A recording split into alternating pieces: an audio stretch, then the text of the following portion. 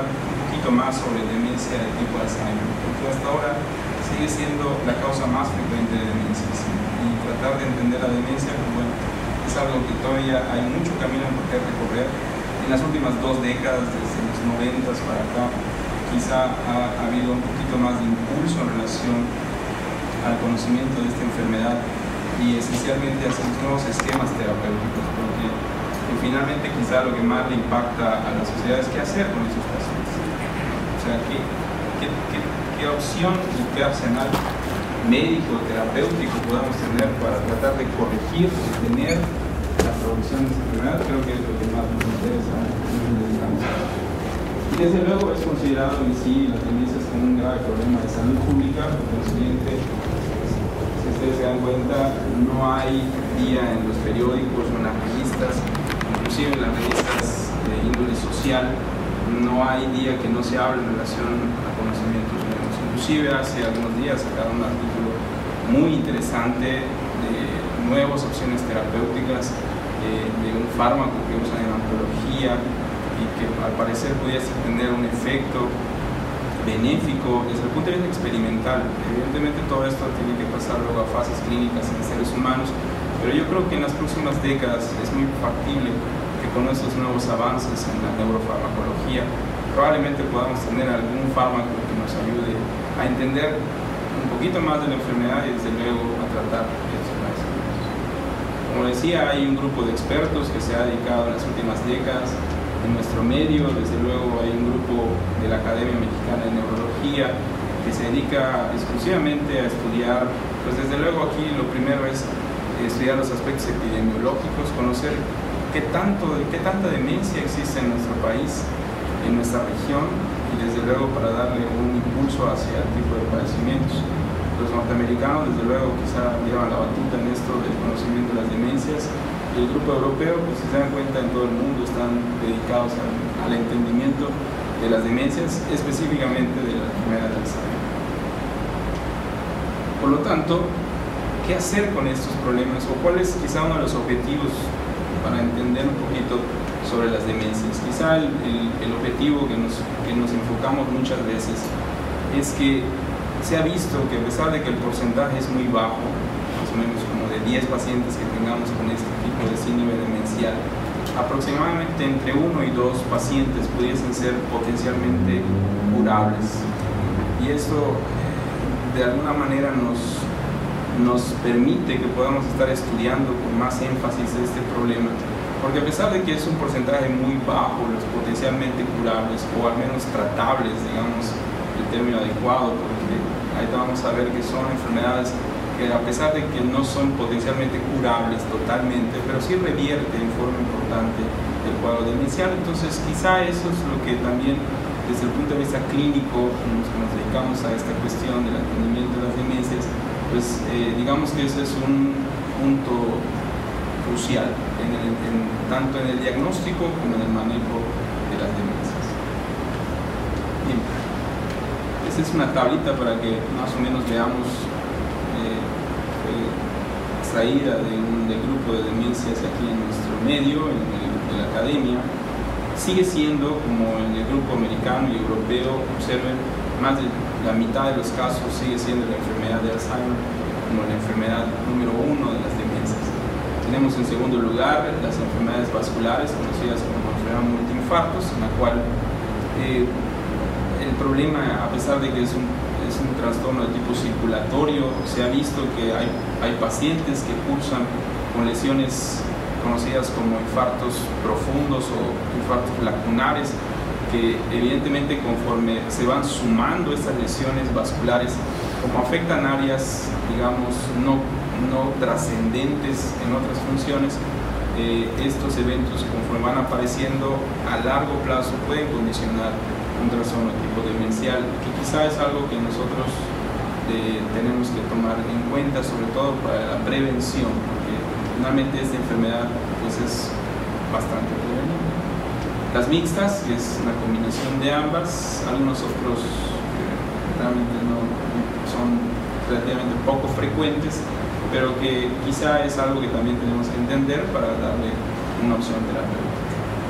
Entonces vamos a hablar ahorita con un poquito más de énfasis sobre esta. Decíamos que la causa más frecuente sigue siendo la enfermedad de Alzheimer. La enfermedad de Alzheimer es una de las enfermedades que desde principios del siglo pasado, casualmente el neurólogo de aquella época, Alois Alzheimer, fue el primero que describe esta enfermedad como tal, con los términos clínicos que hasta ahora siguen bastante vigentes. Ha hecho que entendamos gran parte del problema de la demencia. Ese es uno de los problemas que se ha visto en series clínicas extensas y en autopsias en centros clínicas de neurociencias. Observen cómo más de la mitad de los casos en las autopsias se siguen reportando con esta enfermedad. El problema de la enfermedad de Alzheimer pareciera ser que sigue siendo la edad, o sea, en términos generales, tal pareciera que a mayor expectativa de vida, a mayor edad que estamos viendo la población en general, pues cada vez estamos viendo la frecuencia de casos. Yo me acuerdo, por ejemplo, en décadas pasadas, cuando me tocó a mí estudiar, por ejemplo, medicina, hablar sobre Alzheimer o demencias era así como que un tema además de, ¿no? Quizá no se le daba tanto énfasis en la enfermedad, y en las últimas 2 décadas ya prácticamente no hay evento en el cual no se hable sobre demencias, y quizá la razón más crucial es lo que decíamos hace un momento, el impacto social que conlleva y el impacto económico igual. En nuestro país quizá el impacto económico, como muchas cosas, ¿verdad?, en nuestro México querido, ¿verdad?, el impacto económico como que no se le da el impulso como en otros países. En Estados Unidos, por ejemplo, observen más o menos, es una población muy grande y se piensa que esa frecuencia de casos que ellos tienen de esta enfermedad, se piensa que a 20, 30 años esto se va a duplicar o a triplicar la cifra de personas que cursan con este padecimiento. Desde luego, el hecho de decir que puedan padecer esta enfermedad y decir, bueno, son de la tercera edad, no necesariamente, porque cada vez vemos pacientes con este padecimiento que inician en edades un poco más tempranas. Antes decían, es como es un viejito, el término coloquial era, es una demencia senil, ¿verdad?, ya ni modo, se está terminando su etapa de envejecimiento, y no, se ha visto que este problema, pacientes alrededor de los 50, 55 años empiezan a tener esos famosos olvidos frecuentes, de tal forma que ahora, por ejemplo, se ha subclasificado lo que antes le decían coloquialmente como el término de demencia presenil, ahora se conoce como deterioro cognitivo leve, que es una pérdida inicialmente de los olvidos, de la memoria principalmente, sin otro cambio, pero es muy marcado ver cómo pacientes entre los 55 y 60 años empiezan a tener una serie de trastornos de deterioro de memoria. Y esto, si hablamos de 50 55 años, pues mucha gente a esa edad es altamente productiva, ¿no? Y desde luego esto repercute laboral y económicamente. Insisto, en países que sí les importa muchísimo esta cuestión de los billetes y de la economía, ¿verdad?, están muy angustiados. La vez pasada tuve la oportunidad de escuchar a un neurólogo de los Estados Unidos que se dedica a esta cuestión le llaman ellos de la neuroeconomía. Habló esencialmente sobre costos, riesgo y beneficio de lo que va a pasar en su población de ellos en el 2030. Y están muy preocupados porque entre Alzheimer, Parkinson y muchas otras enfermedades crónicas desde el punto de vista neurológico, ya les está pegando fuertísimo a su cuestión de limitación de discapacidad, de jubilación, de pensión y además de atención médica, que eso quizá es lo más crítico para ellos. Aquí, como ya ven que todo se lo pasan al IMSS o a la sección pública, y a la larga pues es algo que depende de quién suba, ¿no? Por lo que estamos viendo ahorita con la política, entonces no les impacta tanto. Ojalá algún día, les decía yo, que tengo oportunidad de hablar con muchachos ahorita en pregrado, pues ellos, yo creo que la fuerza hay que fomentar mucho esta cuestión del entendimiento de estos problemas, porque no es nada más enseñarles a recetar, a prescribir, sino también la cuestión desde el punto de vista del conocimiento.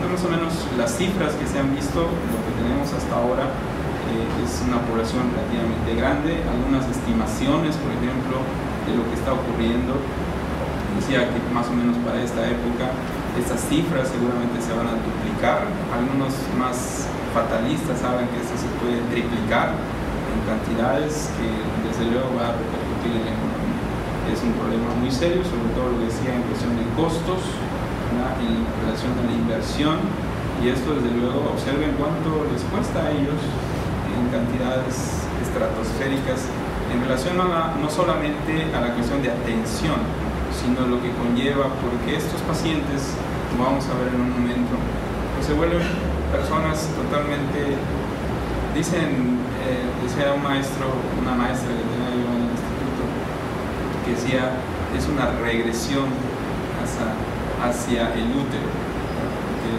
si se dan cuenta es una etapa en la que se van perdiendo todas las funciones que inicialmente cuando nacemos vamos aprendiendo.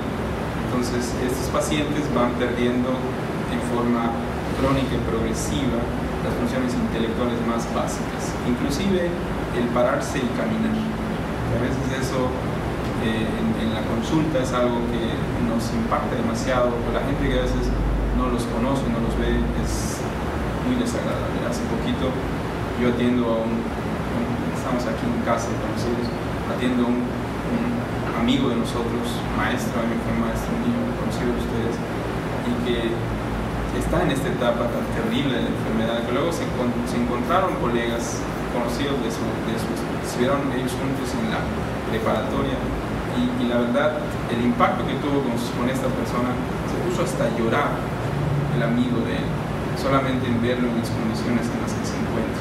¿Por qué? Porque él ya está en una etapa tardía, de una forma muy rara de demencia, que no es una forma clásica de esta enfermedad. Se llama, lo que él tiene es una enfermedad que se conoce como enfermedad del PIC, que es una demencia frontotemporal que tiene una evolución muy rápida.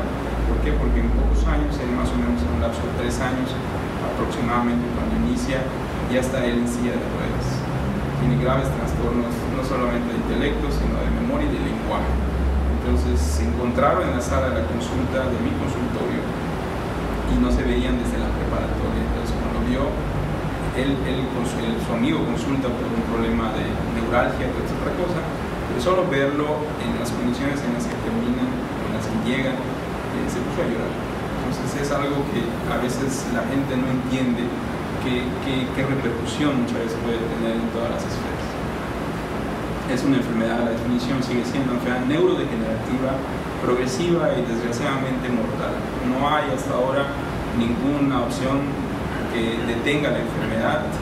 Desgraciadamente es un problema que a la larga nos va a generar una repercusión hacia la pérdida de las funciones más básicas, con deterioro cognitivo y deterioro de memoria. Por lo tanto, aquí lo que nos importa muchísimo es siempre hacer un diagnóstico diferencial. O sea, tratar de buscar cuáles son las principales causas y descartar siempre que no exista una causa potencialmente reversible. Algunas estadísticas y cifras que hay en países, observen cómo en las esferas de arriba de los 60 años la frecuencia cada vez es más alta. Las cifras de algunos países europeos y de Estados Unidos. Factores de riesgo sigue siendo, en primer lugar, la edad. O sea, a mayor edad, mayor riesgo. Desafortunadamente, aquí al sexo fuerte, ¿verdad?, le pega más, simplemente el sexo femenino, donde más vemos. Desde luego, antecedentes de historia familiar, de enfermedad demencial, pues es un factor de riesgo. Los factores que vamos a comentar ya muy específicos. Algunos probables que han hecho algunos estudios en Estados Unidos, por ejemplo, bajo nivel educacional, antecedentes de depresión, a pesar de que esto se puede considerar como un diagnóstico diferencial y es algo que siempre tenemos que descartar. En aquel paciente que tiene olvidos frecuentes, siempre debemos descartar que no sea un trastorno de tipo neuropsiquiátrico como la depresión.